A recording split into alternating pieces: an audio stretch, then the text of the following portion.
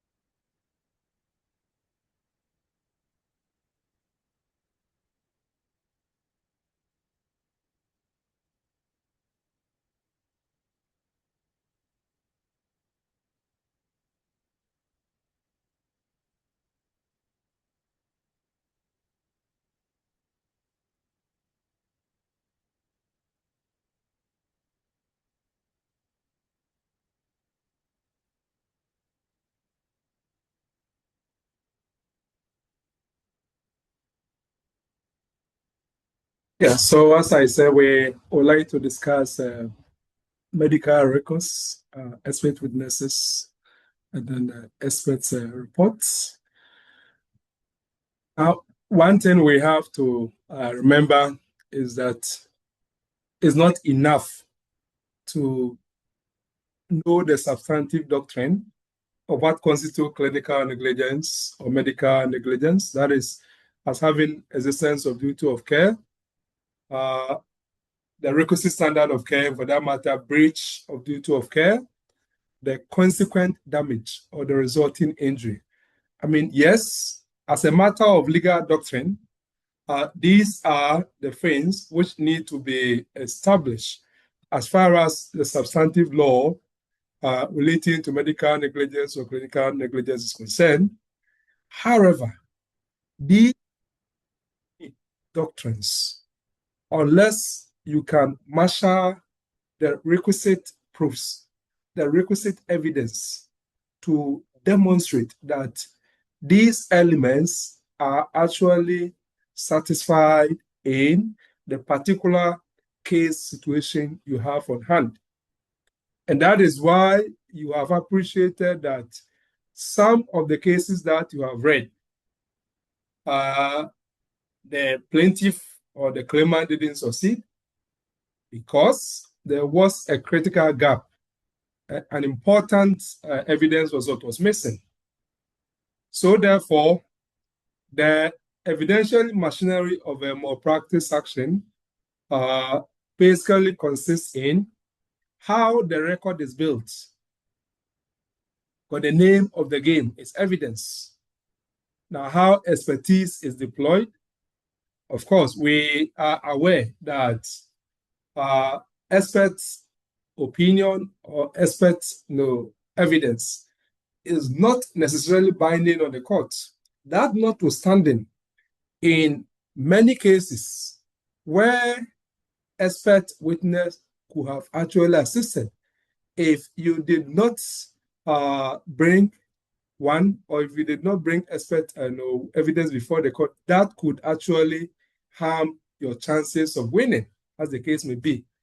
So we are going to concern ourselves with that. And then we also exercise some thoughts regarding how to properly craft expert opinion in a persuasive form. And on this, I think that it will serve two purposes.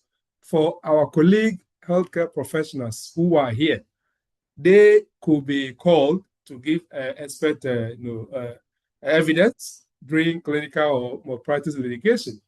It is therefore important that they have a very good idea as to what to do when they are so called. In the same vein, even if you happen to be representing a client as a lawyer, it is important to know what really matters. So therefore, if you are engaging an expert to come and speak in support of your client case, you will be able to organize yourself properly. And for that matter, achieve the requisite impact. So let's keep that in mind. So today's lecture, our roadmap will basically be first, to look at the medical records, secondly, expert witnesses, and third, expert reports. So with respect to medical records, we would explore importance of them in malpractice litigation, and also the standards of documentation which is required.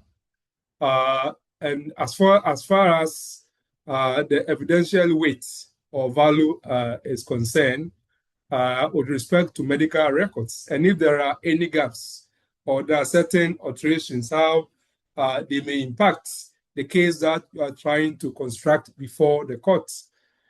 And then with respect to the expert witnesses, we notice matters like the role which expert witness, for example, play. Is it necessary? Of course, we know Bolito has says that yes, expert evidence or an opinion must be submitted to logical scrutiny. But mind you, the fact that we are reminded or cautioned that it should be submitted to logical scrutiny is not telling us that it is not important. It is not telling us that it is not important. So let's keep that in mind. And of course, issues of qualification and then credibility will all be important when it comes to choosing your expert as the case may be. So let's keep that in mind as well. Just a minute.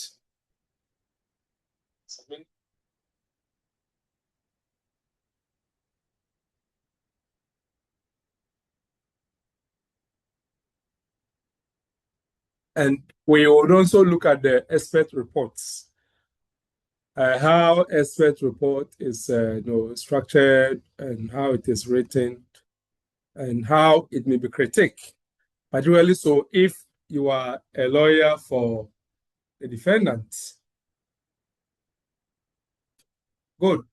So why evidence, not doctrine, usually decides a case? We would have noticed by now that when it comes to medical negligence litigation, excuse me, it's not so much about you touting doctrine, which matters, but more importantly, what evidence do you have to substantiate the allegations you are making against the tortfeasor, in this particular case, the healthcare professional, and by reason of vicarious liability, the particular health institution for which the healthcare professional was working. And you notice that in two cases of similar facts are all about maternal-death claims, as we have encountered, the case of Chinbuah against Attorney-General and Agyire-Tettey against the University of Ghana. Of course, they're all high court decisions, but then the facts are still important for our purposes. You recall that in Chinbuah against Attorney-General, We had a maternal death, that is somebody pregnant going to give birth and died in the process following the childbirth in a public facility, in this case, a 37 hospital. So we know, you remember from reading of the case that the plaintiff or the claimant marshaled or assembled coherent evidential narrative, including clinical chronology, evidence to support all the happenings chronologically ever since the patient got there up to the time of death. Then there was also documented lapses in monitoring and the response. And you also recall that there was a supporting professional opinion which allowed the court to find the standard of care which had been breached. And also the fact that the breach was the cause of the death of the deceased mother, and certainly also linked to whatever disadvantage or inconveniences which the child who survived was going to put through, and other dependents. So that was pretty straightforward because the evidence was available. On the other hand, in a case of similar nature, we have a maternal death in Agyire-Tettey against the University of Ghana, and on the evidence led, the court was not persuaded that applicable standard had been breached, and the court noted that the proof of what competent practice required, in other words, the court saw a critical gap in terms of expert opinion to help us to establish what was really required in the circumstances, and as whether the failure to do that even gave cause to whatever was being complained. So there was that kind of critical gap, and that gap made the court to say that the plaintiff or the claimant had not actually made out the case of medical negligence. So the lesson for us is that the difference between the two outcomes, that is Chinbuah against Attorney-General on the other hand, and then Agyire-Tettey against University of Ghana on the other hand, lay in the evidential record. Each claimant or plaintiff was able to construct before the court. And it is precisely this matter which we seek to explore more in this lecture.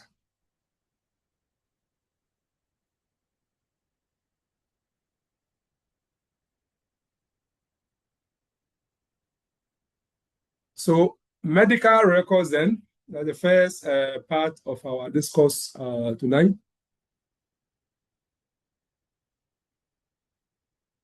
What counts as medical record? Clinical notes,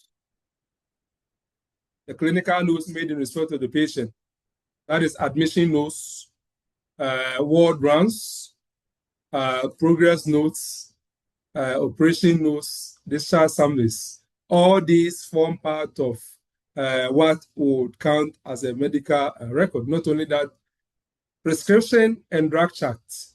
You go to the hospitals, the ward, you see the graph and so on, drawn another thing attached to the bed or where the patient is.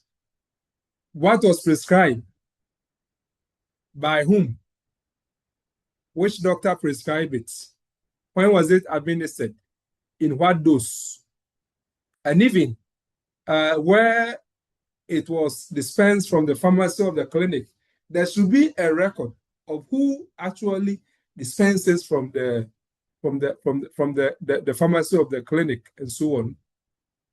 And if the patient was, for example, on admission and the drug had to be administered there, we need a record of the quantity, the dose in which it was administered. Because when something goes wrong, all these will be important pieces of evidence. Again, consent documentation. If consent forms were completed, or if the person was assisted to have his consent extracted and everything documented, as we have discussed previously when we talk about the consent last semester and to some extent this semester. All those form part of the record we are talking about. Then administrative records, admission register, discharge register, theater list, attendance register, billing, nursing documentation. Here, we are talking about observation and vital sign charts. Nurse, they work in shifts and so on. So where a particular nurse, for example, is looking after a patient within a certain session, whatever is done on that patient will have to be properly documented. If there's an incident, if there's, for example, an extraordinary development, that will have to be captured. And even errors, unethical, responsible health institution will document errors. Somebody should say hello if you can hear me before I'm talking to the wind. Hello, sir. Hello. All right, thank you. Sir. All right, thank you. Yeah, so if something, for example, has gone wrong in terms of the health professionals, it must be documented. Any responsible health institution must have incidents record. If investigations are done on the patient, especially during the diagnostic stage, laboratory results, and let me say that laboratory results are important, and doctors and other healthcare professionals, you have to pay attention to accuracy of that. Don't just leave it to the staff of the laboratory, the phlebotomists and so on, to do whatever they like without proper monitoring and supervision. Because you as a doctor, you as a clinician, you are going to interpret whatever results come from the laboratory. What that means is that if that report from the laboratory has wrongly been prepared, certainly your interpretation, your diagnosis, and whatever treatment plan you're going to make, they're all flawed. Everything is flawed. And you're only going to worsen the case of the patient. And that is why we have to be very interested in ensuring that higher standards of accuracy are ensured or met as far as laboratories are concerned. Imaging, radiology reports, all these are important. You have to get a proper experts. Otherwise, if they make a wrong scanning and the reports, you are going to use that to make a big decision concerning another person's life. Histology, screening records, and so on. Correspondence and referrals, for example, referral letters. If a patient has been referred from one facility to another, the referral letter forms part of the record. Interfacility transfers. Sometimes the patient may be transferred from one facility to another, or specialist opinion, all form part of the record they are talking about. Of course, now we have like electronic health records entries. They are part of the records. And we have audit trails, timestamps, and timestamps are important so that if we pull the metadata, we can tell who came into the system at what time, what was the person's name. And that is very important so that if there has been an attempt to actually tamper with the record, so as to cover a certain wrongdoing. We can easily fish out the person. The timestamps are very important.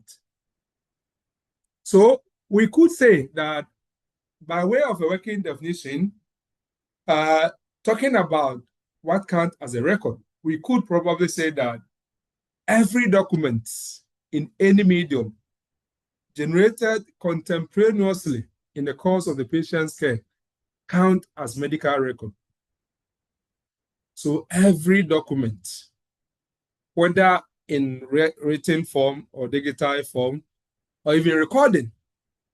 And thankfully, these days we will have a CCTV camera in some places. If, of course, this camera is more for security, but when it becomes necessary, it could also form an important evidence of what happened or did not happen. So every document in any medium generated contemporaneously in the course of the patient's care, so long as it was made in relation to the patient's care, will count as a medical record. So let us keep that in mind.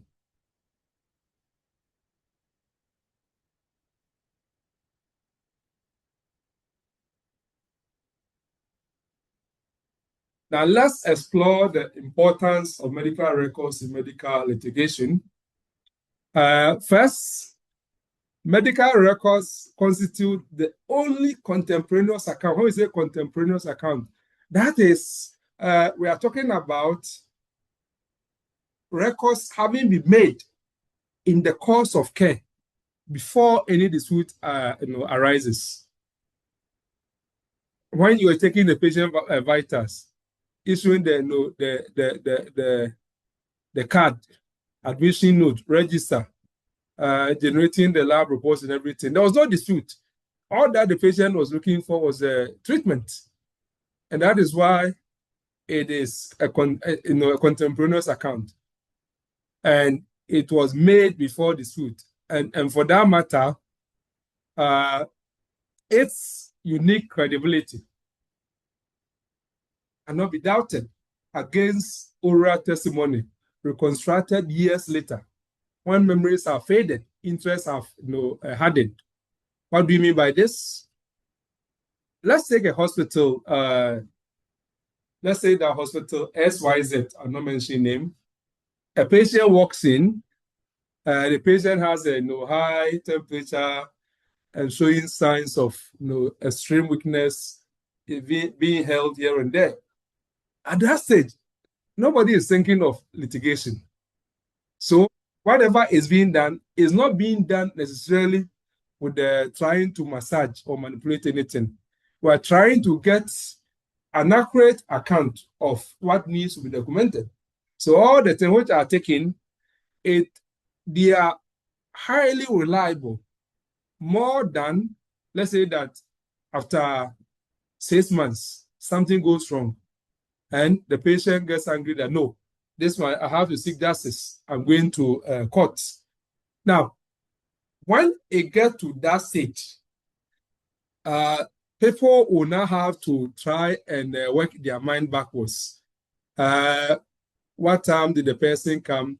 When she came, who did what was not done, and so on. So here, you notice that people are making effort to try and reconstruct from memory something which happened about 6 months ago. Now, let's compare that with information which was documented at the very time that the patient came. Now, I ask you, which of these two do you think will be more reliable in terms of accuracy and honesty? Yes, anybody?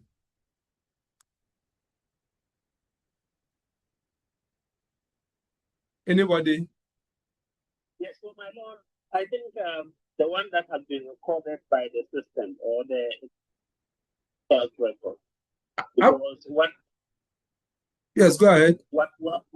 Yes, so what you put in is what you will see if you are reviewing it. But when it comes to the testimony of individuals, they can always change their stand. Thank you. Yes, absolutely. So, in terms of credibility, believability, honesty, what was recorded certainly stands tall against people now going to give oral testimony after the fact.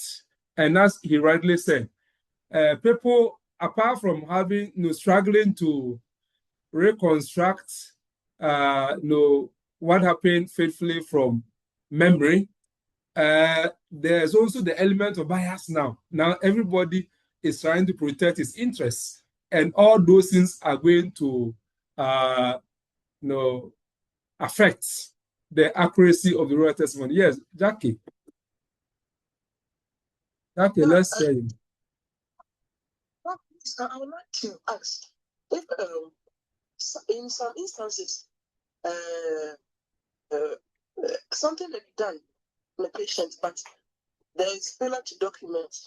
So in this context, can you the oral testimony instead of once the documentation was omitted, can you use oral testimony? Should I use?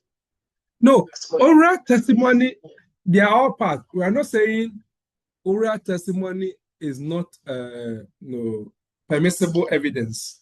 But all that we are trying to emphasize is that medical records, they occupy a prominent place when we are talking about evidence to help us to build cases of medical or clinical negligence.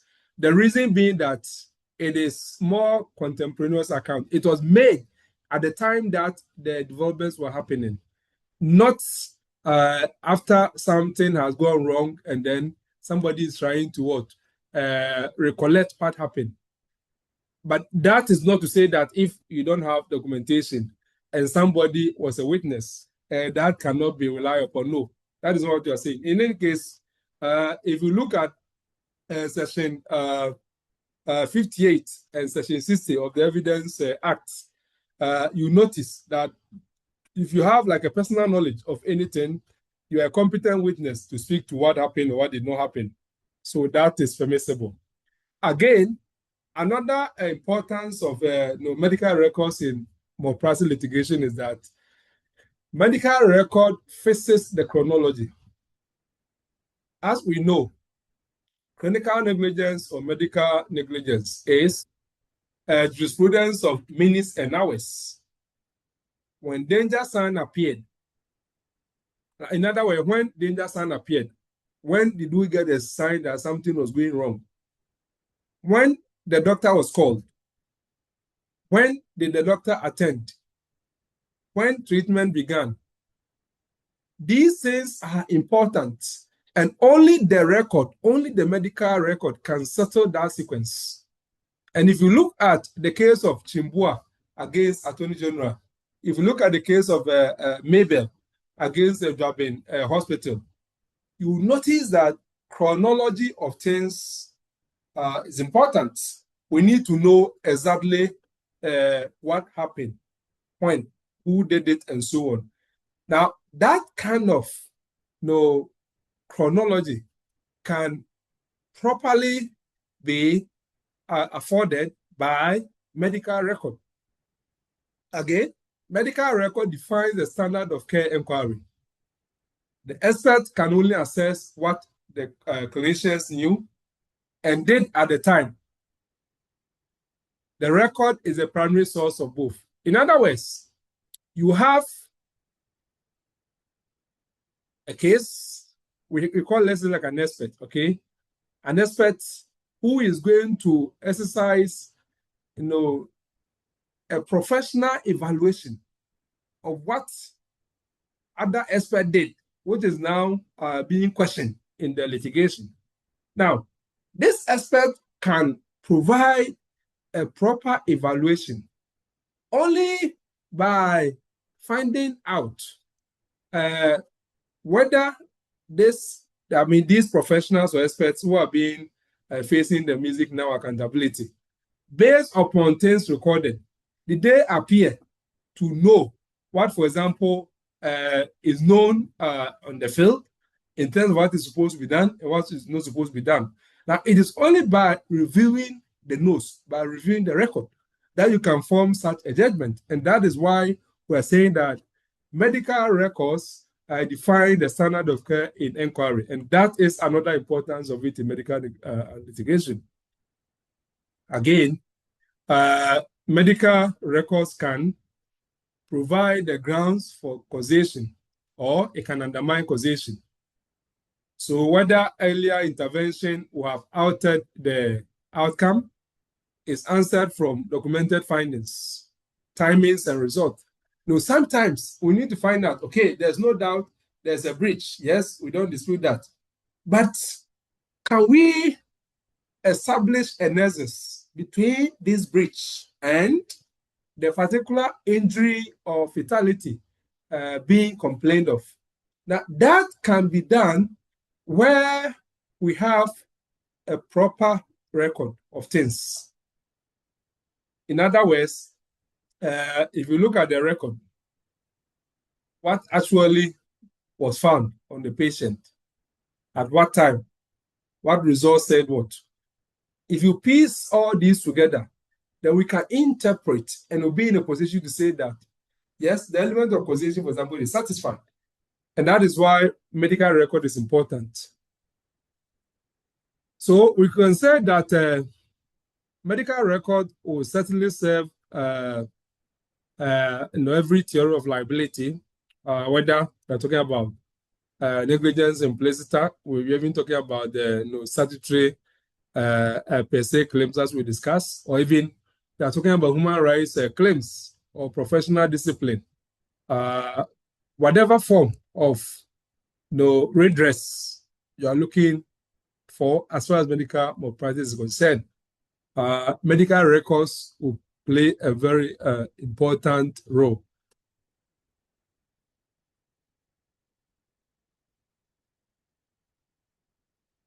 We know the forensic maxim: if it was not recorded, it was not done.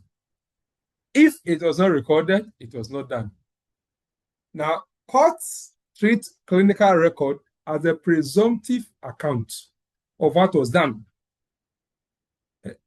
And that is why we often say in our local parlance that book no lie, isn't it? Book no lie. I mean, of course, that's a slang, but what we are trying to say is that if the thing is recorded, then you put a lot of things beyond the realm of speculation or doubt. So a material act that is nowhere documented invites the inference that it was not done. And the defendant is left to displace that inference with oral evidence, which the court will scrutinize skeptically. In other words, if something is quite major, okay, something is quite major, let's suppose that you're talking about a surgery having gone bad, and there's no record whatsoever to suggest that the patient was going to, for example, be operated upon and so on and so forth. But then you are saying that, yes, was operated upon. Of course, we are not saying you cannot meet the case, but if you produce other records, it will create a certain inference that the fact that this material act was not documented suggests strongly that it was probably not done. And of course, you, the defendant, as the case may be, of course, sometimes it works both ways, not only the defendant, because inference works both ways. Sometimes an inference will arise and the other party will have to bring evidence to displace it. So work both ways. So undocumented monitoring, for example, the observation chart is blank for 4 critical hours, okay? Those familiar with the clinical setup. So here, the court may infer no observations were made. And that will work against the healthcare professional or the hospital. Again, undocumented advice or warning. Let's say we have absence of a note of the concerned discussion, and that will undermine the assertion that risks were explained. So if there's no evidence, for example, that consent was actually given or issues of consent was discussed with the patient, then what it means is that the particular excuse me.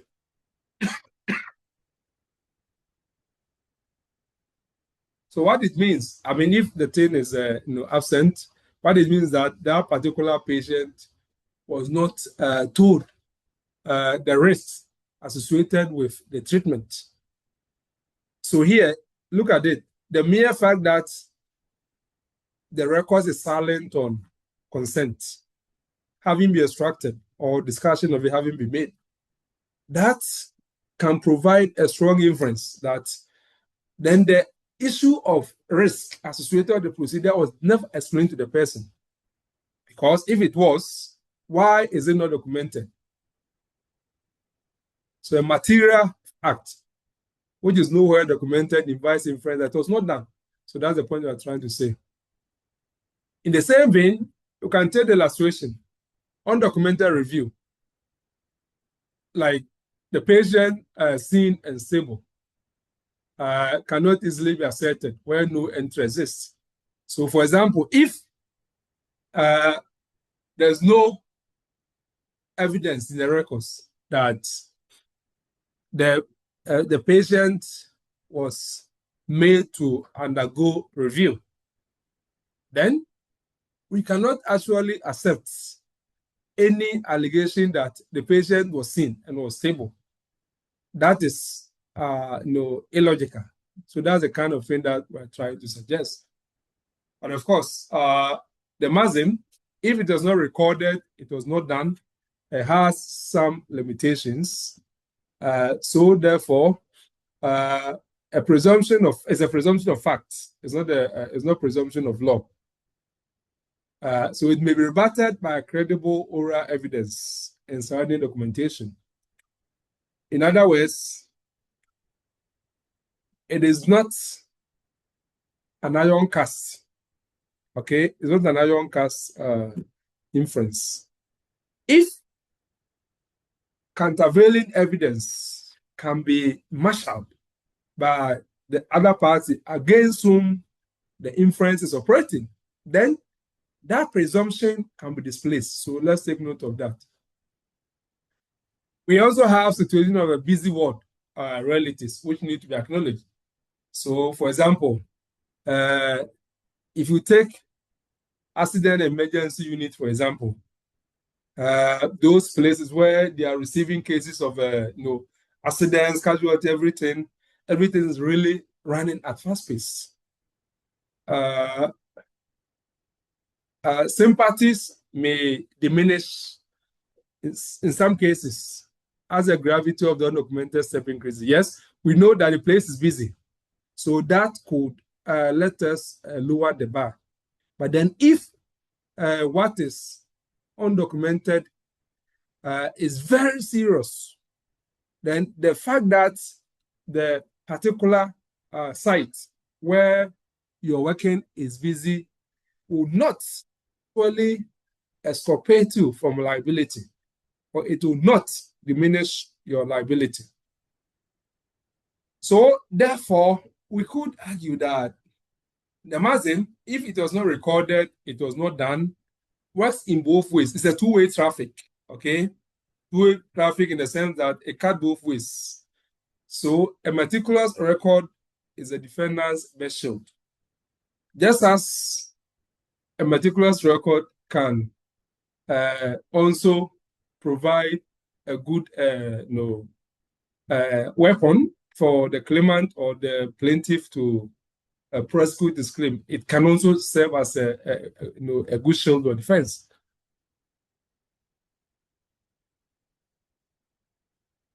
And you remember the discussion we did previously concerning res ipsa locutor.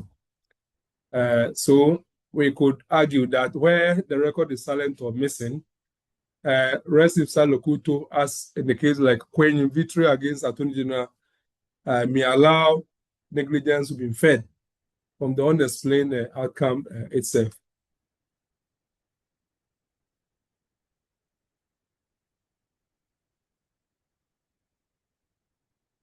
Now, let's say a few things about standard documentation. What good record keeping requires as far as medical records are concerned for purposes of clinical or medical negligence litigation. So one, it must be accurate. Medical records, record keeping in a clinical setting must be accurate. It must be factual, objective, free of speculation, and errors corrected by a single scored line. What do you mean by that? It should be dated and signed. That is to say that if an error is made, okay, especially if you are doing like the hand writing records, an error is made to minimize suspicion of interference, alteration, or forgery. It is prudent for you to just do a one-line cross out, okay? Then you sign or initial against it and you date it. That way, you don't try to obliterate it, because if you try to obliterate it, it raises suspicion. Yes, human beings can make a mistake, no doubt. But if you do, don't deepen it. Just cross it out once.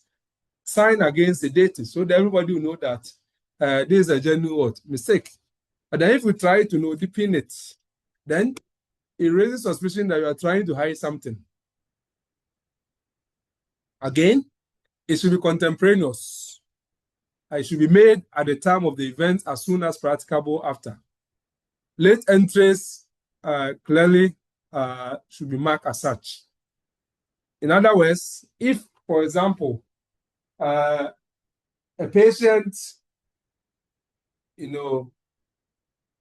came, or maybe you did either some readings or whatever on a patient, and instead of you recording it just as you're doing it, you don't do it that time, and it takes about 2-3 hours for you to come and sit down and try to make notes to cover your back.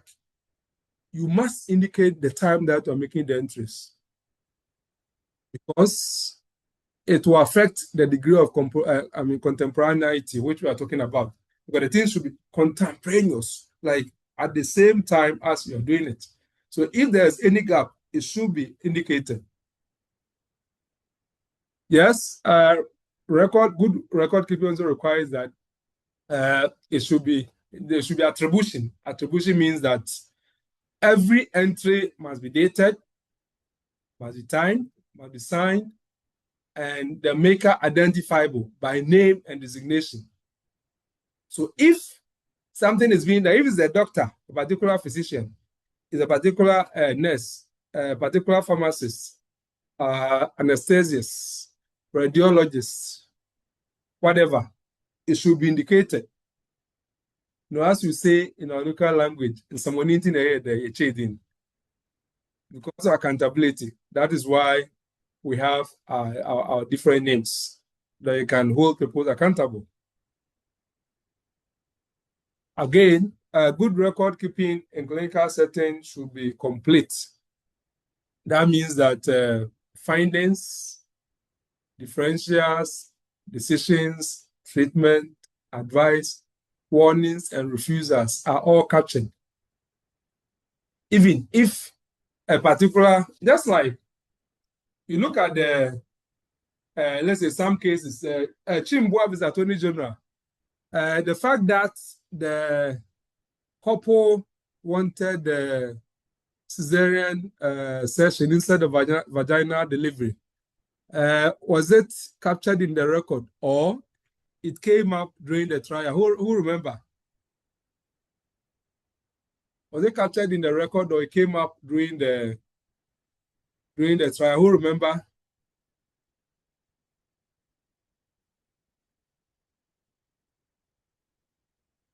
Forgotten.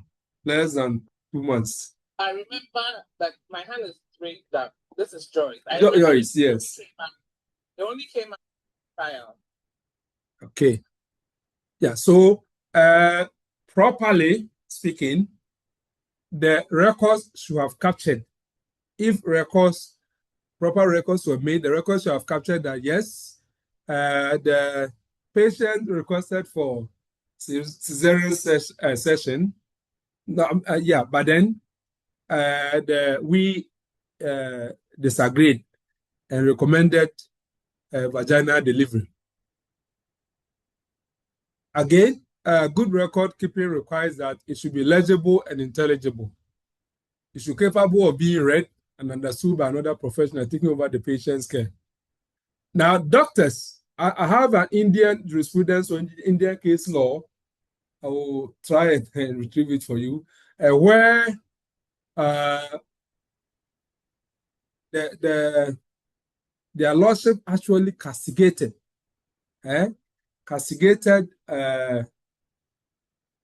some doctors for writing in ineligible manner. Now, the problem with being ineligible, writing in a such a way that is difficult to decipher to read, is that now, what is the point of writing? The point of writing is communication, okay? So if you write, and let's say that your fellow doctor cannot meaningfully make sense of what you've written, how can he comprehend information you are trying to put across concerning a particular patient? In the same vein, if you have made prescription and you have written it in a ineligible or in a sense which cannot properly be read and understood, how do you expect the pharmacist to understand the propriety of the prescription that you have made so that he too will be able to dispense it? So this is the very serious matter. Again, medical records should not be altered. So there should be no retrospective improvement. In other words, there should be nothing like, oh, when I made a contemporaneous record, they were not nice. So I now want to take my time and do them well. No, that is not permissible. If we need to do any amendment at all, same should be transparent on the face of the record. So let us keep note of that. And if you look at most of the regulatory bodies, their professional guidelines, they all reveal what is required as far as good medical record keepings are concerned.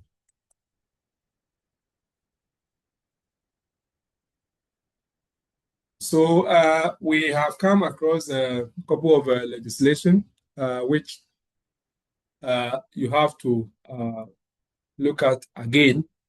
The Public Health Act, the Health Institutions and Facilities Act,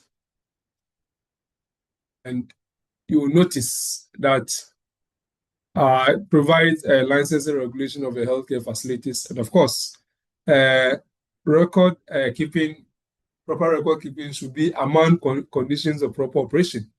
So if the HEFRA, for example, right, if HEFRA, Health Facility Regulatory Authority, if they are doing their work strictly, they should also be interested in finding out the particular facility, what system do they have in place as far as the record keeping is concerned. The health professional regulatory bodies, be it the Medical and Dental Council, Nurse and Midwifery Council, Pharmacy Council, Allied, on the Psychology Council, and so on. All of them have the powers to punish or to impose disciplinary sanction over documentation failure. So, for example, if there was a case, I don't know what has become of it. There's a hospital in Ashanti region, is one of these mission hospitals. The name, I don't know what has become of the case, where we have 3 doctors who were actually facing the the penal cases committee concerning an incident which happened there. It also has to do with the maternal death. I think there was a delivery. There was a delivery. I think the induction was made, and we have a houseman, someone who had just come out from like the medical school and doing the housemanship. He was left on his own, and then the medical director or supervisor was so far away on his own floor and so on. And having done induction, not really monitoring, things get worse.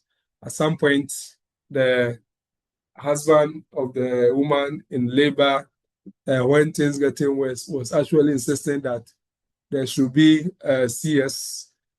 This young doctor was not cooperative until danger actually kicked in. The woman was dying.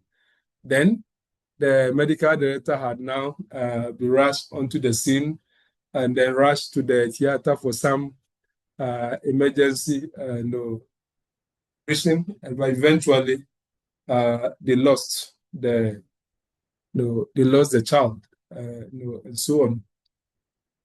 Now, the medical and dental council set up a committee to go and investigate. So let's say that if they're doing the investigation well, they will definitely be interested in finding out whether proper records were kept and so on. And of course, in talking about the medical records, we should also forget the Data Protection Act of 2012 at 843. If we look at that legislation, we'll be told that health records are sensitive personal data.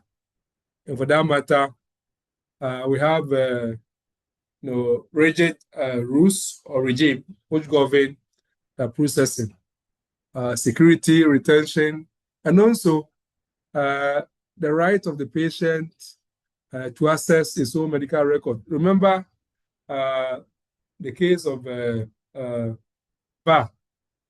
where the Lisa Hospital actually refused to grant access, and it has to go to court. Elizabeth VA case, if you remember, Elizabeth VA against the Lisa Hospital.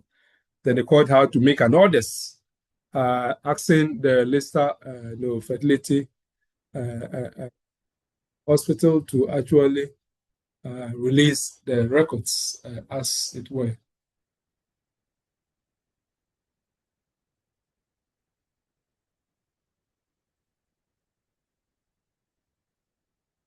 Yes, of course, Mental Health Act, and then the Constitution also.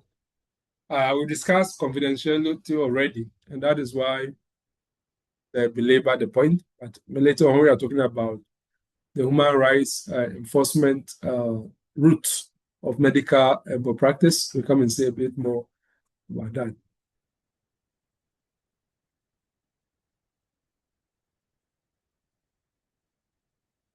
So we will look at a few case law to illustrate some of our discussion. The English case of Prendergast against Sam and D Limited. A general practitioner wrote a prescription for amoxicillin, which was supposed to be amoxicillin antibiotic, but it was written so illegibly that a dispensing pharmacist read it as Downhill, an anti-diabetic drug. So look at it. Something which is supposed to be antibiotic. It is now interpreted as what? Antibiotic drug. The patient was not diabetic, so he suffered hypoglycemia after being given this Downhill, which have been a wrong reading of that which is supposed to be amoxicillin. And as a result of this hypoglycemia, he also had an irreversible brain damage. So when the matter came before the English court, the issue was, does a prescriber owe a duty to write legibly? In other words, a doctor who is making a prescription Has he got a duty to the patient to write legibly? And how is fault shared with the pharmacist who dispense without querying an anomalous prescription? So let's say your pharmacist and a prescription is made. You also don't query it, especially so where you think that same is not clear or same is not legible. Do you bear any share of liability or responsibility? Well, the court held that yes, both were liable. The prescriber who wrote ineligibly owed a duty to write with reasonable legibility and bore a share of responsibility for what happened. At the same time, the pharmacist who should have been alerted by the dosage and context bore the greater share. So illegible documentation is a self-actionable carelessness, as it were. Now, you are a pharmacist. You are not a robot. You have a brain. You are trained. So if, for example, prescription is given to you and you have doubts, why don't you go back to the prescriber or raise a query before you go ahead? So let's keep that in mind. So documentation standard is not something for joke. It can bite. It must be legible. It's not just a mere administrative tardiness, but it's an aspect of duty of care, and legitimately so, because as I said, if, for example, I should think that this jurisprudence or this case law can even be, extrapolated in some other context. So, for example, if let's say that a laboratory technician is making an entry, and he, of course, fortunately now most of the entries are all digital or clinical, but those situations where you have to do a lot of manual reading and make the entries, and you don't write well, so that what you've written is not properly readable, and it is relied upon, and something should go wrong. So that is what we are talking about. So a record that cannot be read safely is a breach waiting to happen. And in litigation, a record that cannot be read is a record that cannot defend its maker. Simple as that. But don't forget what we said previously, that if you have like a proper, in our previous point, that a meticulous record is a defendant's version. So meticulous record means that it should also be legible. So in the same vein, if it is not legible, then it cannot defend its maker.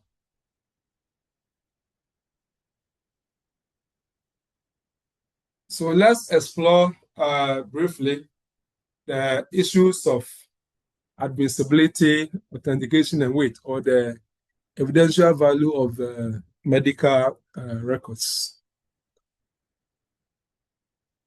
Those of you who are not lawyers, there is something we call the Evidence Act, used before the Evidence Decree, Evidence Act 1975, NRC Decree 323. Now, this legislation is important because it provides the framework of how a litigant may prove something before a court of law or any quasi-judicial forum. And an important aspect of evidence is what we call the principle of admissibility. Admissibility. When we talk about admissibility, it's simply from the word whether something can be accepted as evidence. Can it be accepted as evidence? That is it admissible as evidence? So that is what we are talking about. Is it admissible as evidence? Is it acceptable as evidence?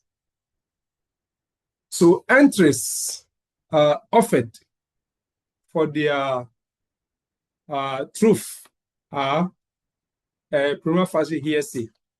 Okay, maybe before we come to that, then someone may ask a question when we say admissible evidence.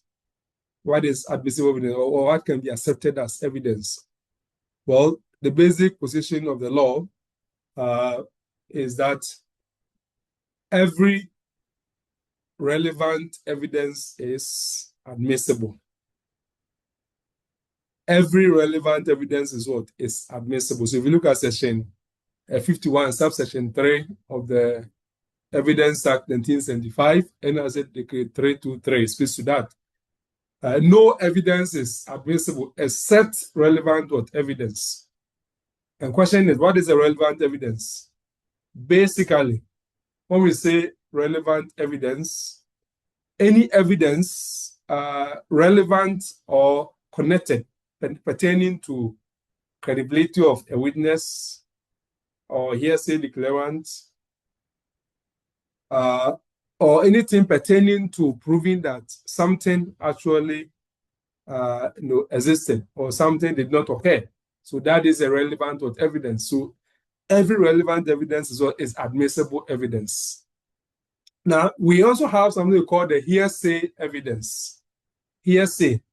So hearsay evidence simply has to do with the fact that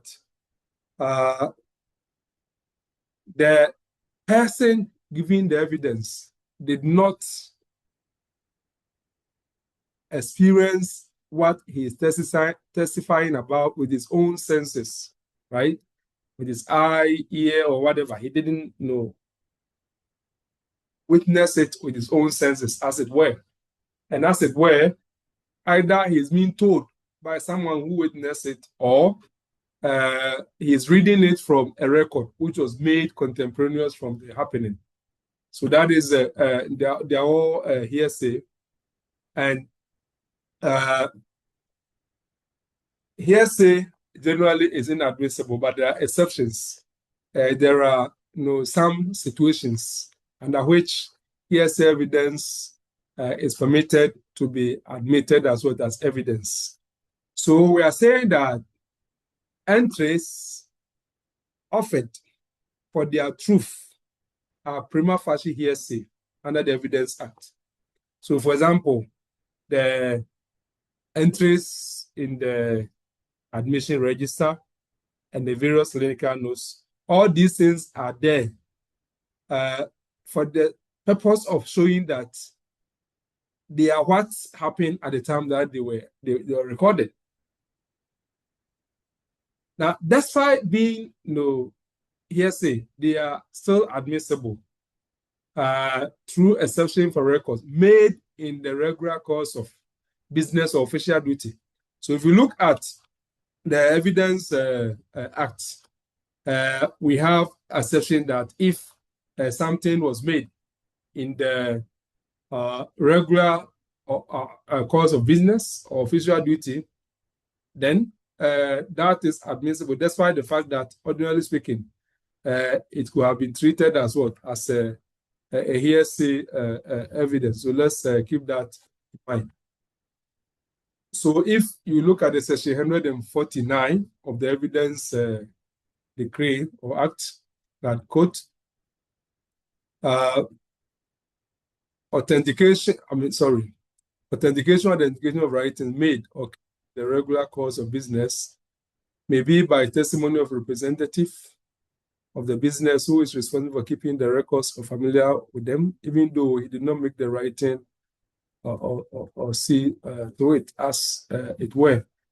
So what is important for us to note, section 125, for example, that evidence of a hearsay statement contained in writing made as a record of an act, event, condition, opinion, or diagnosis is not made inadmissible by section 111 if A, the writing was made in the regular course of a business. So here, like the regular course of business will include clinical operations.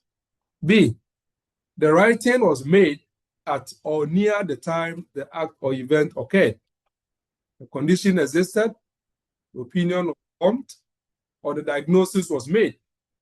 And C, the sources of information and the method at the time of operation were such as to indicate that the statement contained in the writing is reasonably trustworthy. So because of these parameters, medical records are admissible, despite the fact that on the face of it, they appear to be what? A hearsay.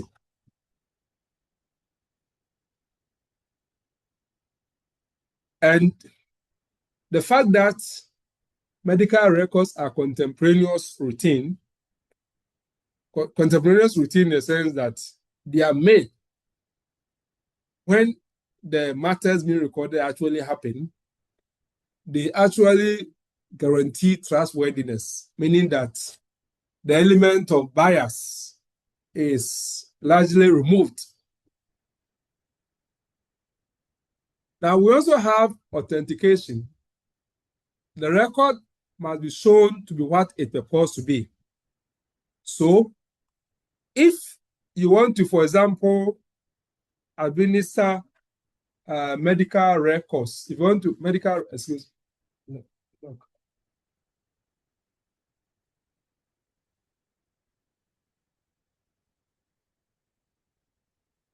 Yes, my medical doctor called me. Why teaching medical law? Yeah, so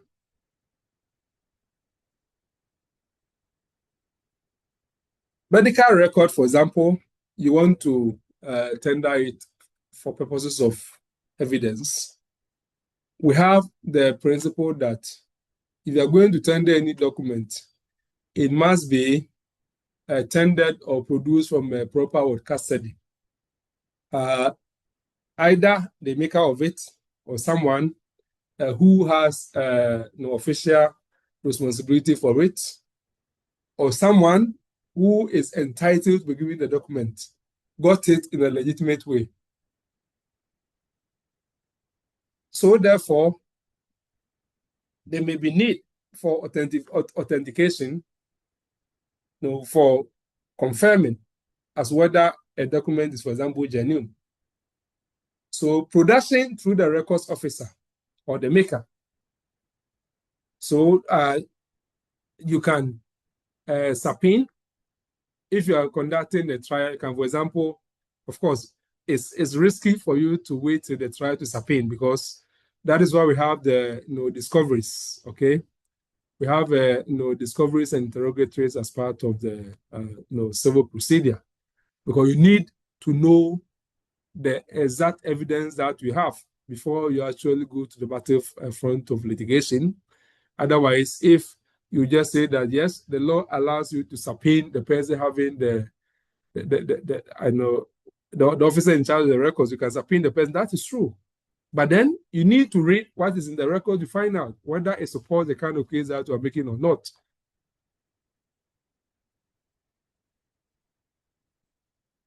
Of course, if you have like electronic records, it may well be that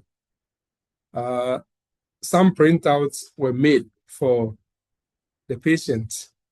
Now, if it gets to the stage of litigation and you have some doubt that what the patient was given, for example, is not probably accurately what is really held on the system, it's permissible for you to actually use the necessary processes to get the officer in charge of the electronic system off. records keeping at that facility to come and testify. So let's keep that in mind. Now, saying that evidence is admissible, in other words, it is receivable, it is permissible for it to be admitted as a proof. It is one thing. It's one thing. And another thing, the weight, the probative value to be given to it. So admissibility is only the gateway. Admissibility addresses the question of whether we can accept, let's say, the medical records or any other thing as a proof. That is just that. But the fact that it has come in, it has entered through the door, and has become part of the evidence as far as the particular case is concerned, is not in itself determinative of liability or absence thereof. So admissibility is only the gateway. Weight, the probative value or the weight to be placed on it turns on a number of factors. In other words, the level of, the degree of weighting, weighting as to whether the particular document or evidence is helping the court to actually unravel what the plaintiff is trying to construct or what the defendant is trying to construct, is very much dependent upon some parameters such as contemporaneity. How close was the particular recording to the occurrence of whatever was recorded? Completeness. Is the document really complete? Or there are some significant gaps or omissions? If there are some significant gaps or omissions, it affects its probative value. Legibility. Internal consistency. And here, again, remember Bolito. How Bolito told us. Internal consistency. If it cannot withstand logical scrutiny. And again, the maker's availability for cross-examination. Is the maker of the document, let's say the particular medical record, is he available for cross-examination? Or the person tendering, is he available for cross-examination? And cross-examination is a very important crucible for testing evidence. Now, you may have a record which is riddled with gaps or a lot of obliterations. Sometimes the court may allow it to come through, authentication, challenge, and for that matter, made admissible. But the court may discount it. The court may attach a very low or insignificant probative value to that. So let us keep that in mind.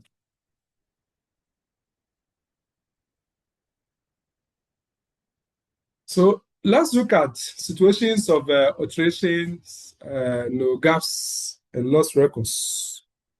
What are the legal implications? One of our colleagues not long ago, either Joyce or another person raised up that particular issue. So, when it comes to alteration, that is trying to make changes in the record. We have, for example, retrospective improvement of the notes. As I said, the notes are made. And later we said that no, let me go and get it better done. If that can be demonstrated, sometimes some may even subject it to handwriting and ink analysis, or take it to what we call the handwriting experts. Or if it is electronic records, you can do audits and I actually happened to be part of a certain investigation where there were allegations of tampering with some electronic records. And I realized how timestamps and other things can be used by those who are expert in the field to be able to determine whether alleged alterations are true or not. So all those things can be established. Now, where we have, let's say, alteration actually proven, that can destroy credibility of the entire defense record, because it may raise a suspicion that, let's say, the hospital or the professional, the healthcare professional, is trying to cover his back or his back by going to the system to make changes. And it happens. Now, that is very unethical. Now, if you do that, and then the relevant healthcare regulatory professional body, be it the Medical and Dental Council, Pharmacy Council, nurses and midwife council, whatever, if they are doing their work properly, and they are being a good, gatekeepers, a watchdog of the public interest, they need to actually come after you. But beyond that, for purposes of that case before the court, your credibility will actually collapse. And as I indicated, what you have done may constitute professional misconduct, and in a very egregious cases, even maybe a criminal matter, because forgery, falsification, are all criminal offenses, as the case may be. We've also gaps and silences. We've noted the MASM already. Unexplained blanks in observation charts and notes at the critical period will trigger the forensic MASM. That the undocumented act is presumed undone. The defendant must display the presumption by oral evidence. So the presumption will work against the maker. Again, where there's a loss or failure to produce it. So where the institution, for example, that controls the medical record fails to produce it, the court may draw the adverse inference that it will not have assisted the party.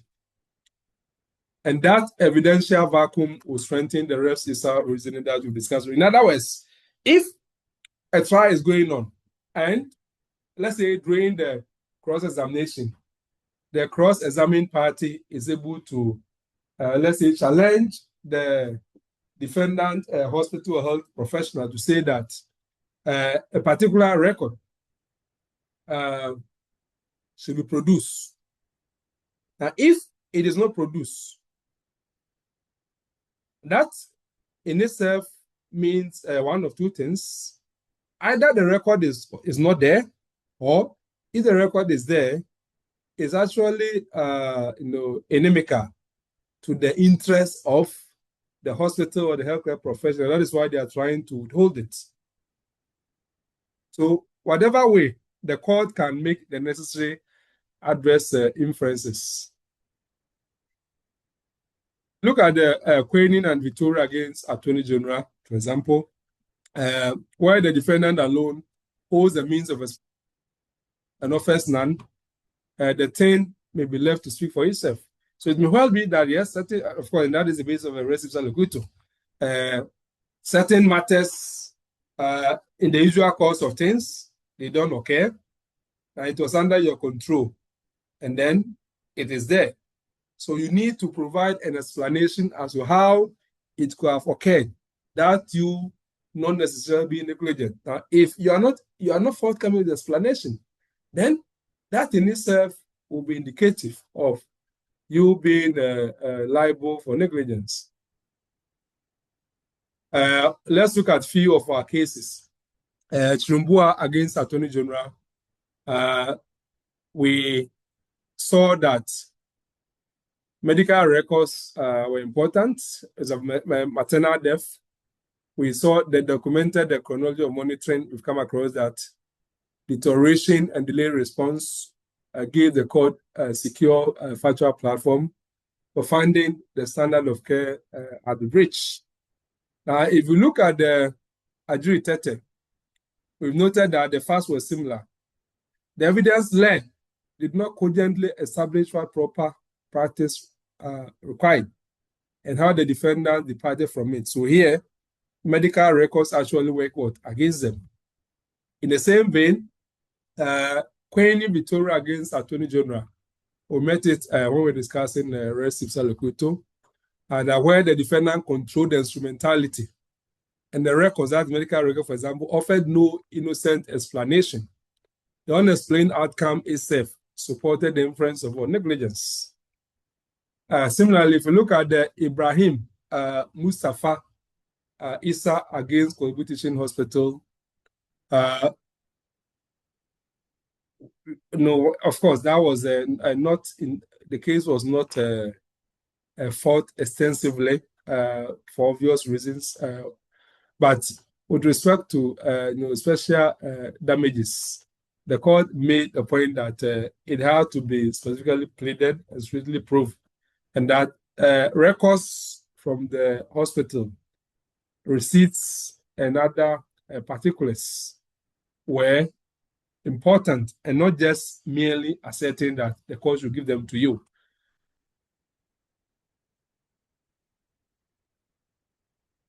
Now, I'm sure all of us are experts now. I'll be surprised if there's anybody who has not read the Chinbuah versus Attorney-General, so I'm not at that point again.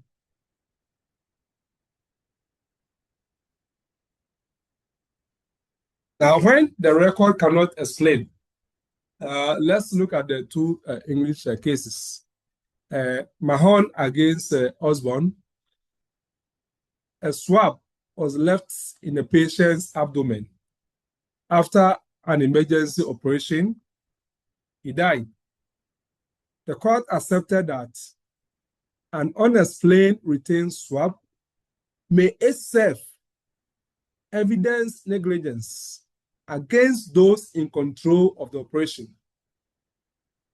Of course, the court debated how far res ipsa loquitur could reach into surgical complaints. In other words, as to whether in a very complex surgical situation, it is appropriate to allow operation of the evidential maxim res ipsa loquitur. But the swab, which was left, certainly, the court said that in the normal scheme of things, you don't see a swab in a patient's abdomen. So if that was there, that in itself is an evidence of what? Negligence. So what we notice is that with respect to, let's say, the swab, if there was a documentation routine which says that, yes, a swab has been left and so on and so forth, and assuming later on the death occurred, an argument could have been made that the swab was not, mistakenly left there, but it was either part of even if another professional would disagree, but it was maybe part of what was known to the team. So that could have actually stood between the surgeon and the inference, but there was no such documentation.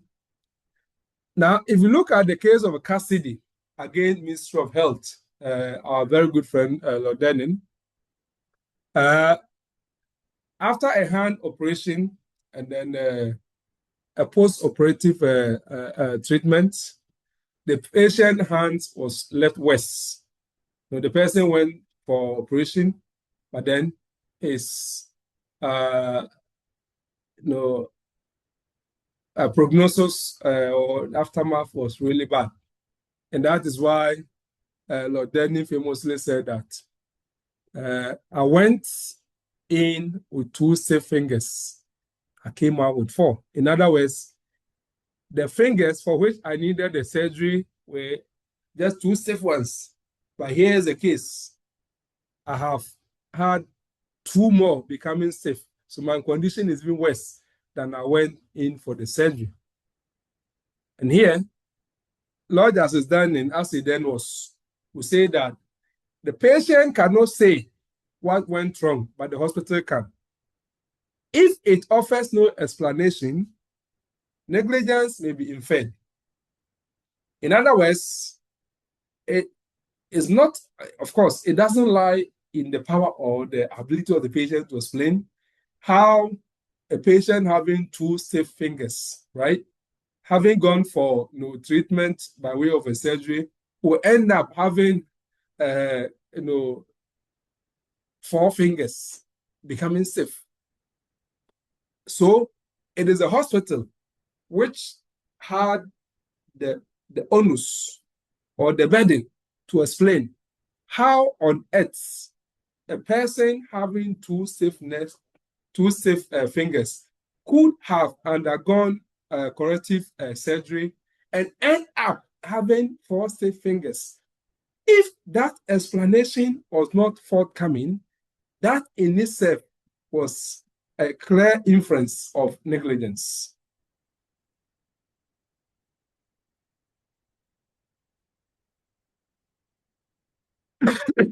So, as you notice that documentation, of course, those of you who run the hospitals and clinics,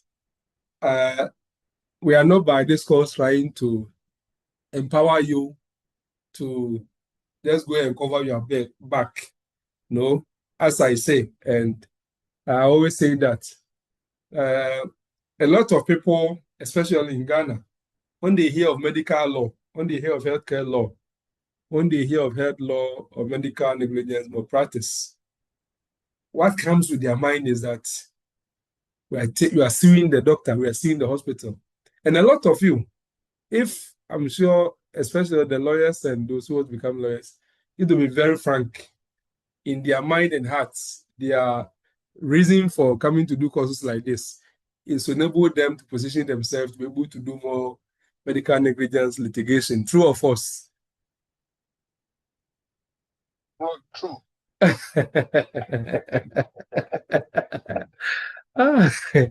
Yeah, that is sad. That is not my objective. The point, yeah, okay. So the point is not to empower you just to be litigating, no.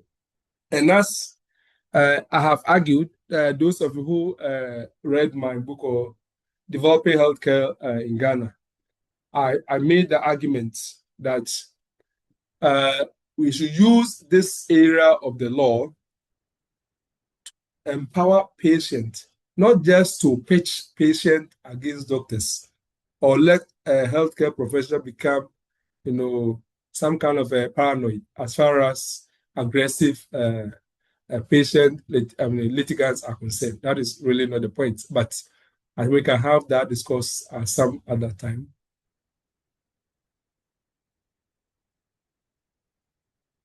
Access to the record, that is medical record.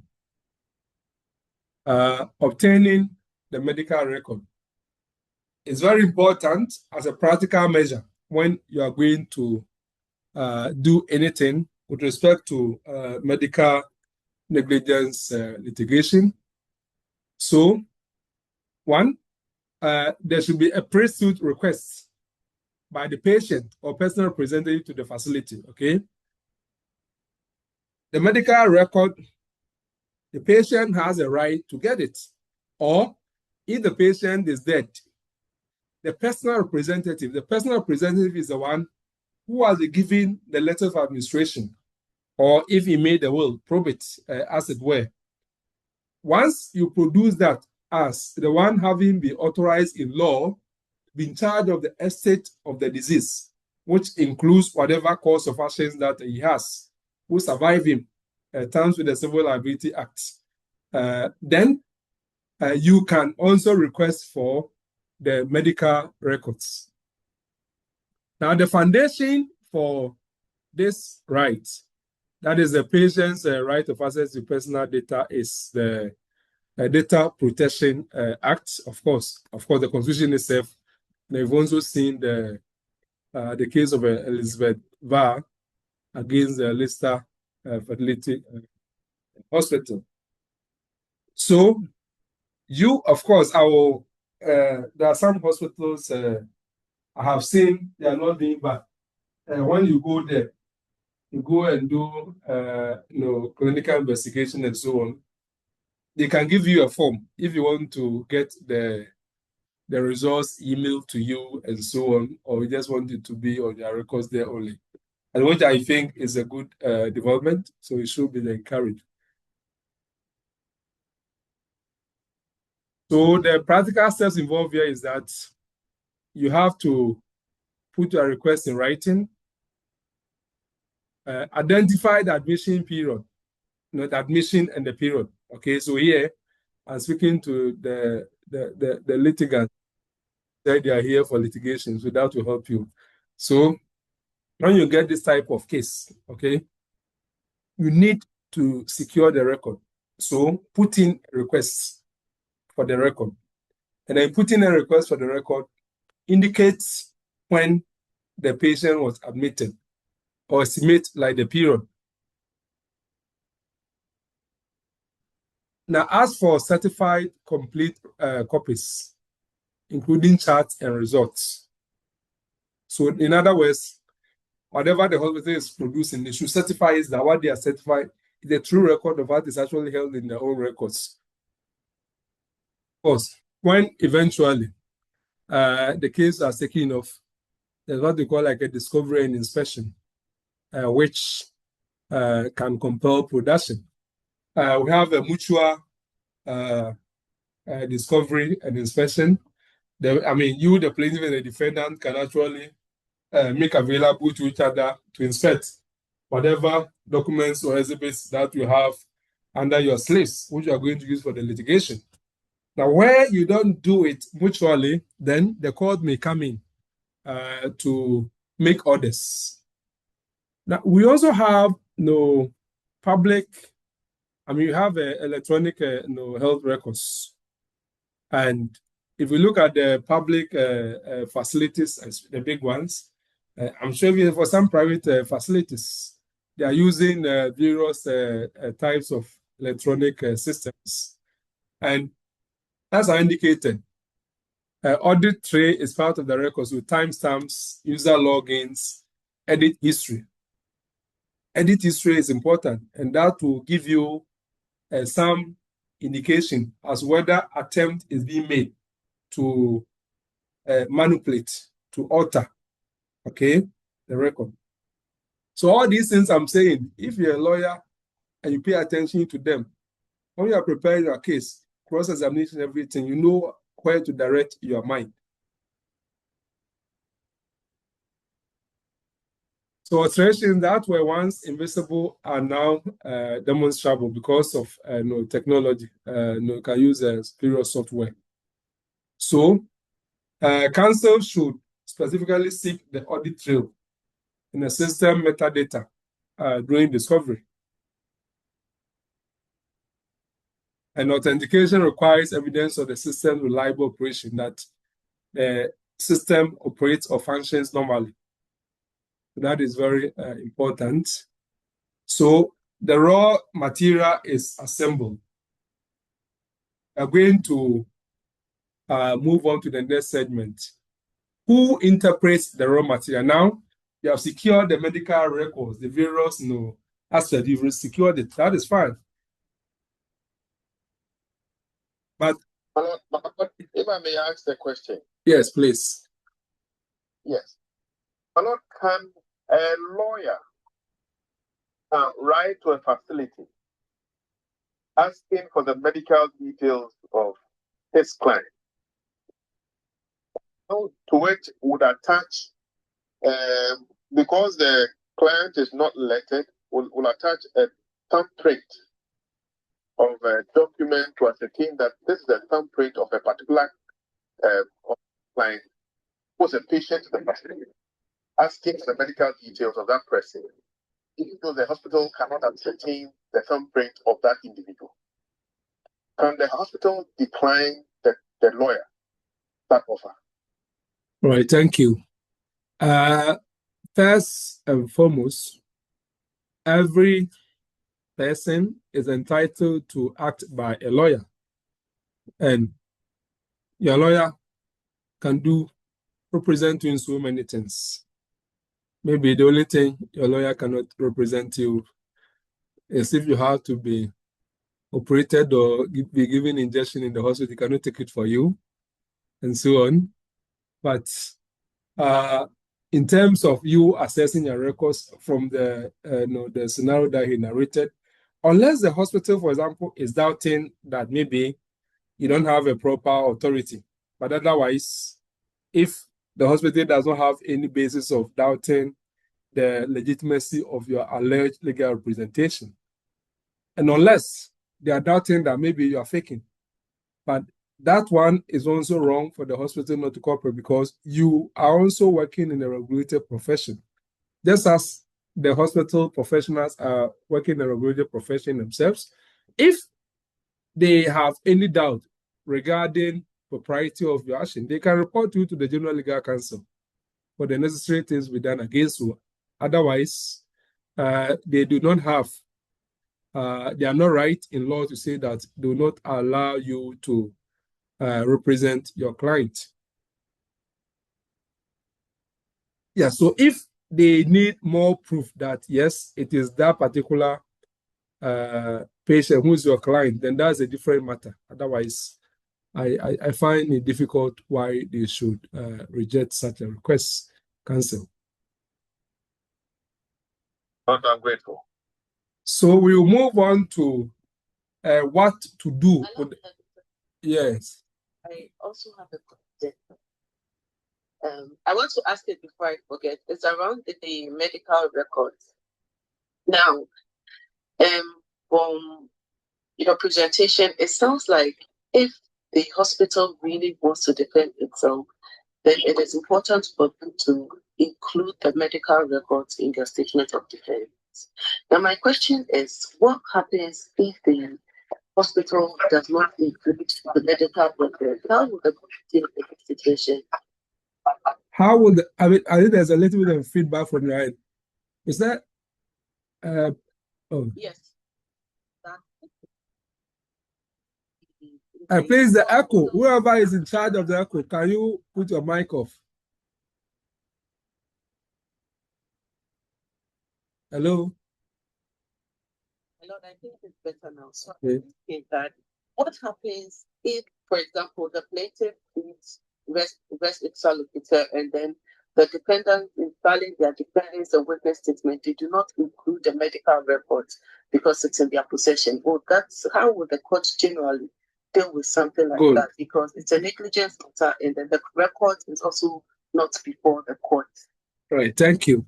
That is why we have said, we cited the forensic nomasm, that if it's not documented, then it did not occur. If there's a record of a material act and you do not put the record before the court, let's say as a defendant, hospital, or healthcare professional, then two things. Either you do not have the record, or if you have the record is against your position in the case. And for that matter, you do not want to produce, and the court will draw the necessary adverse inference against you. So that is how it is. The court is there to establish the truth. So all things, and that is why we say that every relevant evidence is what is admissible. And we explain relevant evidence to include anything which will help us to establish the existence or non-existence of something.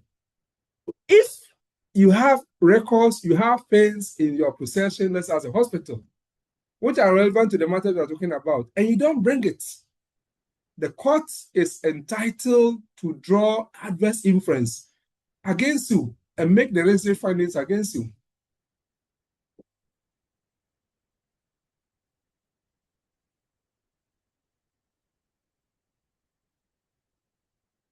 Yeah, so you can look at the analysis of the case that will be citing when you get your outline. Because of time, let us move straight to expect the witnesses. So who interprets the evidence? who helps to make sense of the medical record. Expert witnesses. Now, why expert evidence is generally indispensable? And note, I'm not saying that is mandatory. Nevertheless, in greater majority of cases, if you do not lead expert evidence, it may hurt your chances of winning as a plaintiff or winning as a defendant, as the case may be. The benchmark is professional, not lay. Remember. To understand, and of course, in Ghana, for example, you notice that despite the fact that the standard of care, which was espoused in the Bolam case, has been exploded in its original place in England, in the case of Montgomery against Lancashire. In Ghana, if you look at even our recent authorities, the courts have not really, come explicitly to say that we think that the Bolam is not a good position of the law. So it's still somehow lurking around.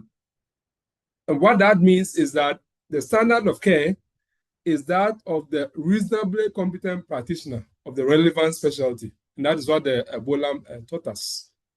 And that is tested for logical defensibility or scrutiny, Bolaito, as you remember. So the court cannot supply that benchmark from its own knowledge. And in fact, when you come to even general litigation, or land cases or some other matters, our courts have said time and again that yes, it's not mandatory for you to have an expert report or evidence. However, where, for example, you have an expert report available, the courts cannot just reject it. Yes, it's not binding upon the court, but if the court is to reject it, the court must have a legitimate, explanation as to why the expert report, for example, is being disregarded or no significant weight is being attached to it. Now, what that tells us is that expert evidence, where it is available, is important, and the court cannot just reject it as it were. If the court is to reject it, the court must have explanation. So let me put it this way. It's not binding on the court, of course, as we know. However, if something is technical and an expert has actually provided evidence, and you as a court, you are not that expert, and if you need to actually ignore or reject that evidence, you must actually provide the explanation as to why that expert evidence you think should not be relied upon as it were. So take note of that. And lawyers are too familiar with the case of Fenuku against on that point. So 3 questions only an expert can answer. So 1, what did competent practice require in the circumstances? In other words, having regard to what happened, what will experts would have done in a situation like that. 2, did the defendant's conduct depart from it? Did the defendant in this question, his conduct depart from how experts will have behaved in that situation? And 3, did the departure cause or materially contribute to the injury complained of by the plaintiff? Questions. These are questions which a layperson cannot easily explicate, and you need a trained mind, an expert. So causation is itself a medical question, isn't it? So whether a timely intervention will have averted the outcome is a matter of clinical possibility, provable only through expert opinion. So let's suppose that, you remember the case where the people were given the cyanide or the arsenic, cyanide arsenic poisoning, and because the doctor on duty, who was supposed to be on duty, did not have them attended to, and they came later on, and then they died. And then the court said that even if they had been attended to, in view of the poisoning which have been administered to them, they would not have still survived. They would have died anyway. Now, that information and that determination itself is medical. A lay person, someone who is not trained in medicine, cannot hold that opinion. And that's why we are saying that causation itself is what? It's a medical question. And what is the forensic consequence of not making requisite expert evidence available? So a plaintiff or a claimant who fails to lead cogent expert evidence on breach and causation will ordinarily fail. And you have seen that in the case of Agyire-Tettey against the University of Ghana.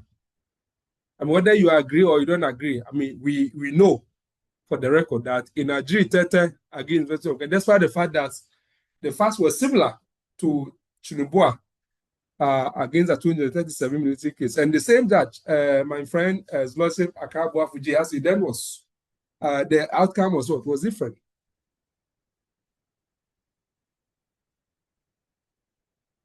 So remember Bolam against a friend hospital management. A patient was given electroconvulsive therapy, as you know, for depression. He suffered fractured, and he was given, because he came off the table and suffered those fractures because he was not given any muscle relaxant or any restraint to prevent him from jerking off. And he had also not been warned of the risk. Yes, responsible practitioners differed on all 3 practices at the time.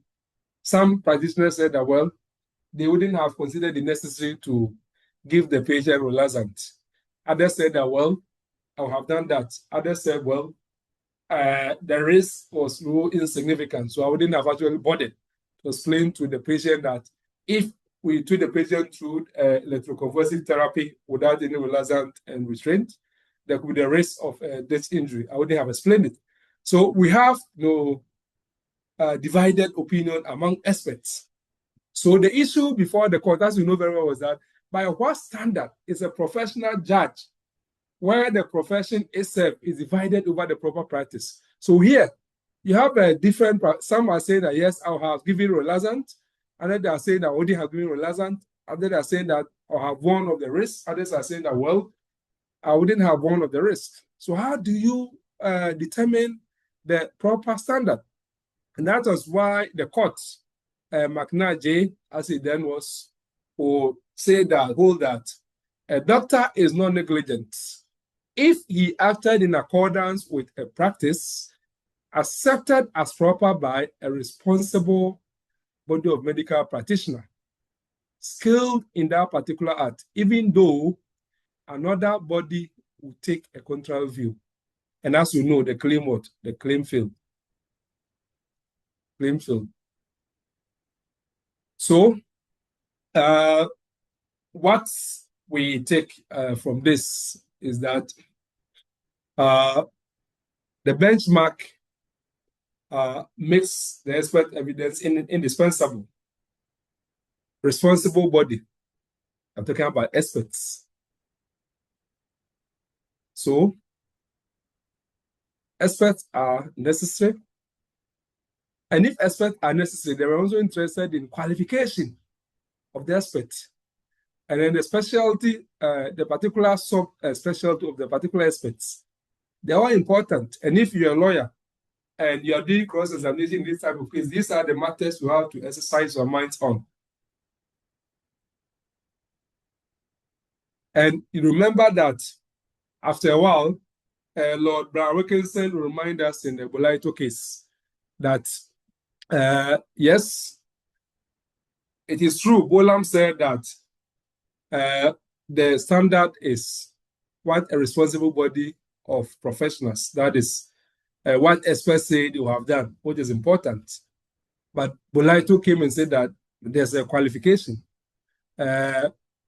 What the professional body is saying, or what the experts are saying, should be logical. In other words, the conclusion that the expert is arriving should be supported by the premises. So if it cannot follow the logical format, if it is a non-sequitur, you cannot actually move from the premise to, let's say, a conclusion. Then, in that case, the court may not attach significant weight to that. So let us keep that in mind. We know that case, so I'll not belabor the point. As you remember, in Bolito, we had a 2-year-old patient who had breathing difficulties, and suffered a respiratory collapse. There was a cardiac arrest, brain damage. Eventually, when the doctor failed to attend, and during the trial, the doctor said that even if she attended, she would not have intubated the patient. That there was a body of opinion who supported that, yes, it is not wrong not to intubate a patient in that situation. So the issue before the court is a court bound to accept a body of professional opinion supporting the defendant, or may it scrutinize that opinion's reasoning? And how does Bolam bear on causation where the breach is a failure to attend? That's happening in this particular case. And it was there and then that the court, speaking vigorously and ultimately through the mouth of Lord Brown Wilkinson, who made the point that the professional opinion rely on must be capable of withstanding logical analysis. It must show that its exponents have weighed risk and benefits and reached a defensible view. And he continued, in rare cases, the court may reject an opinion as unreasonable. On causation, what the doctor will have done is tested against what it would have been proper to do. So let us keep that in mind. And if you are a lawyer and you are conducting a case, you should know where to direct your cross-examination. Yes. So this presentation has actually got me thinking a lot. When you go to the court complex, they have specific courts for criminal court. They have the criminal courts. They have the financial courts. Now, this area of negligence is also a bit technical. My worry as we are having this class is that when you go to certain courts, for example, if you go to Adenta, you have one judge who sits and then he does all the cases. And so the cases come before the judge and all that. And as you are presenting, you keep advising lawyers. So when you go before the court, you are doing a negligence case, you do. How about the judges? Because how do we also get the judges to appreciate what is before us? For example, not all the judges have your specialty where you have the both backgrounds. So what happens? Because as a lawyer, they say that a good lawyer is not the one who knows the law, but a good lawyer is the one who knows the judge. But then if you get before a judge and then the judge is not appreciating these things and around it, my lord. Thank you. We say in the common law tradition that the law lies in the bosom of the judge. And when we say the law lies in the bosom of the judge, the common law presumes that the judge knows the law. And what do you mean by that? Or the judge will have research. The judge will have to do the necessary research. Of course, I appreciate that. If, for example, by interestingly, ever since I became a judge, I've never had the medical negligence case myself. So that is how it is. So you don't need to have studied a particular area of the law to adjudicate. Once you have the basic adjudication skills and you have your solid knowledge of the law generally and so on, you should be able to do the necessary research and then apprise yourself of the requisite level of knowledge for that type of area of the law and be able to do justice to it. I think that is not so much of a problem. But of course, we have judges and lawyers. We educate ourselves a lot. The areas of the laws are a lot. You may not have learned everything, but then the fact that you haven't learned it does not mean that when you start work, you may have to disqualify yourself from certain types of areas of the law. No, you may have to educate yourself as you move along and you get things done. And lawyers and judges do that a lot. Yeah.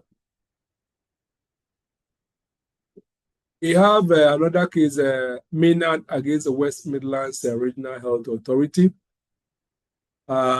Consultant suspected tuberculosis, but mindful of the graver possibility of a Hodgkin's disease, performed a mediastonoscopy, which carried a recognized risk of nerve damage. And eventually, it happened. Now, during the trial judge preferred the claimant or the plaintiff's distinguished experts over that of the defendants. So, eventually, before the House of Laws, issue was, may a court find negligence by preferring one respectable body of professional opinion over another? And the court said that, well, no. Preference of one body of distinguished professional opinion over another, both honestly and responsibly held, is not a basis for the finding of negligence. So the judge's task is not to choose the better school of practice. So here, again, and that is why some people used to criticize the Bolam. And of course, if you look at the Maynard against the West Midlands, it is actually giving judicial imprimatur or judicial blessing to the ratio in Bolam. Mind you, Bolam was a High Court decision. It wasn't the Court of Appeal, the House of Law decision, but it has actually been given approval as far back as the 1784 decision as well, the House of Laws.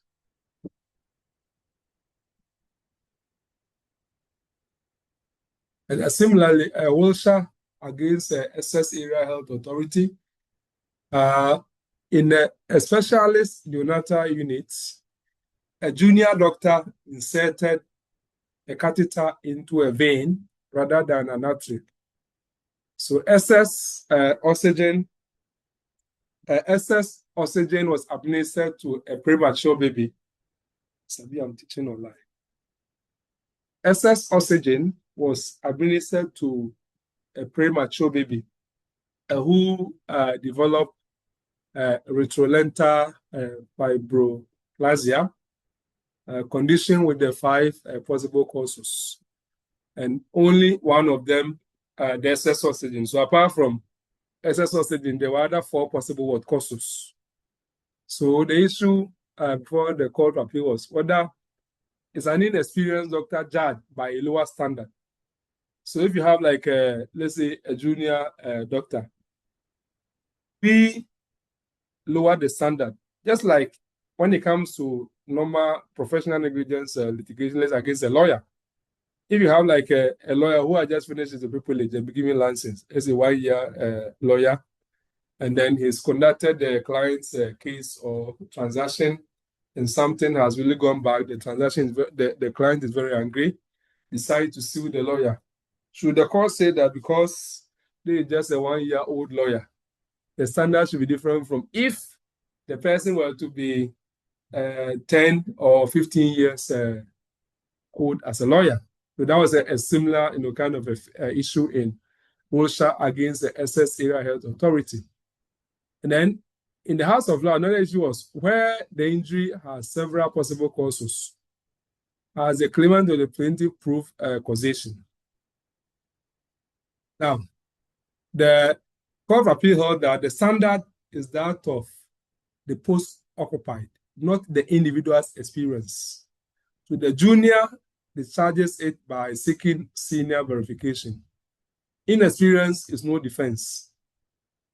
So we are not interested in whether you're junior or senior. If you are a doctor placed at the, we are going to judge you by what is expected of a doctor. We are not interested in whether you are a junior or you're senior. Now, the House of Laws also held that where you have multiple, we have causes, like with 5 candidate causes where causation was not proved on probabilities. The burden remains on the claimant throughout. So it's not enough just to establish in one, essentially that's what we're trying to say. So 2 lessons here for experts report from some of these cases, especially the Wilshire. The benchmark must be pitched at the post and unit in question. So the post that the doctor or the healthcare professional is placed, and then the unit in question. Qualification and specialty match is important. We'll be looking at that very soon. So your qualification, your specialty. And again, with respect to the causation, because they said that if you have a multiple causation, you must also demonstrate that the other rival causes could efficiently have caused that, and so on.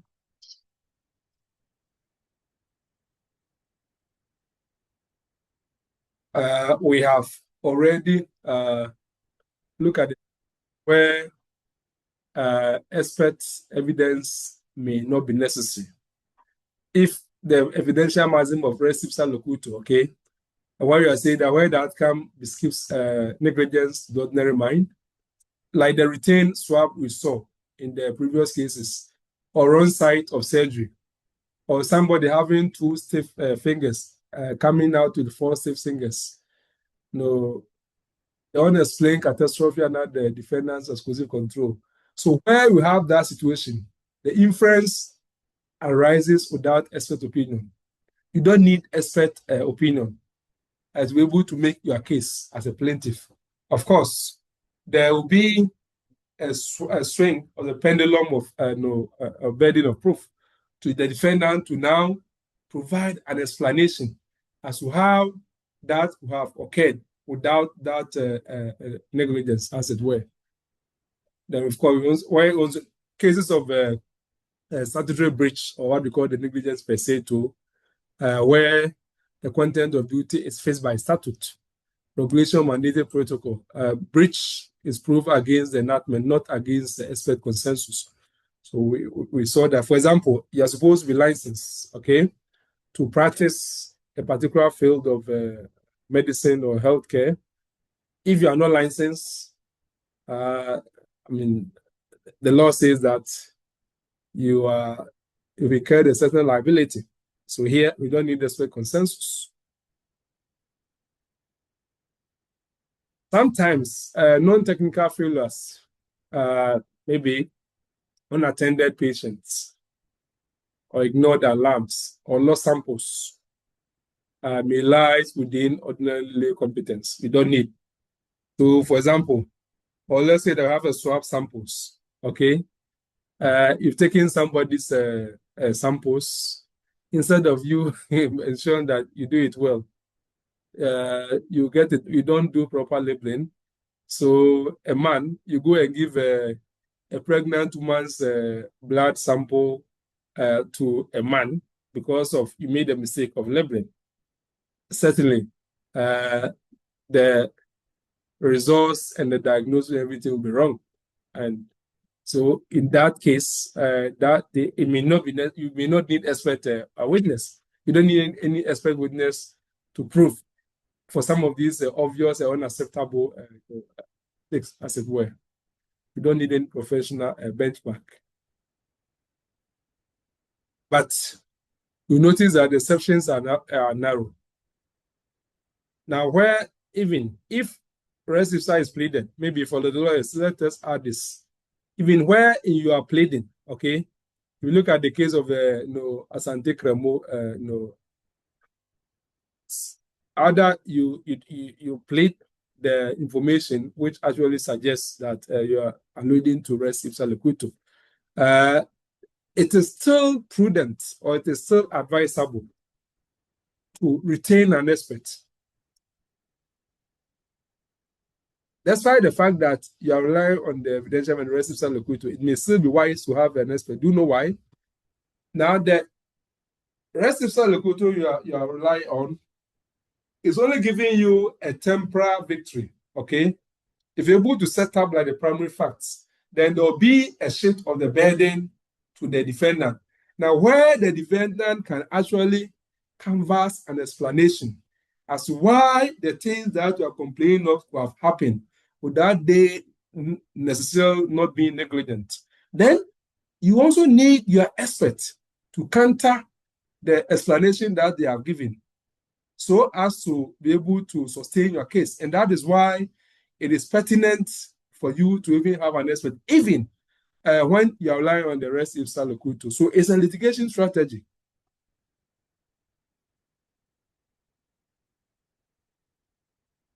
We discussed this extensively.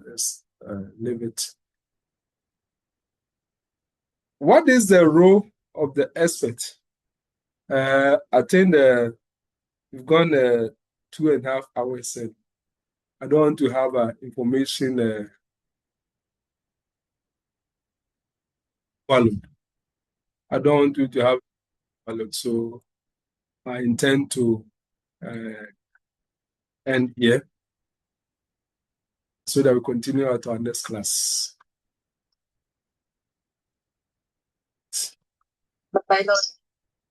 So when you say expert, you mean someone who, for example, if you are talking about negligence, is a doctor, right?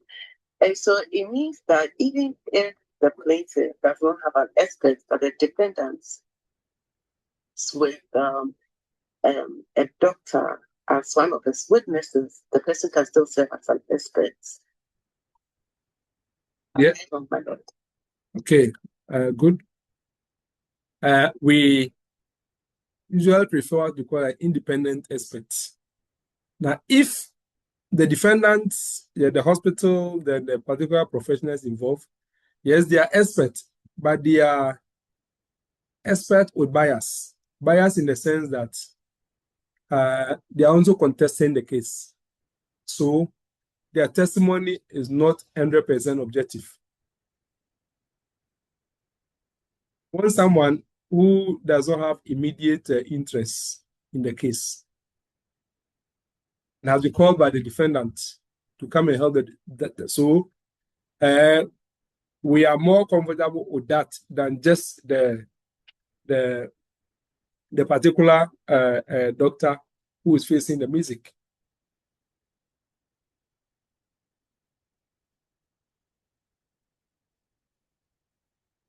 Otherwise, we continue. We continue next week. If you get some free time, we can have a few more lessons. We're going to cover everything. Yeah. Okay. Have a good night.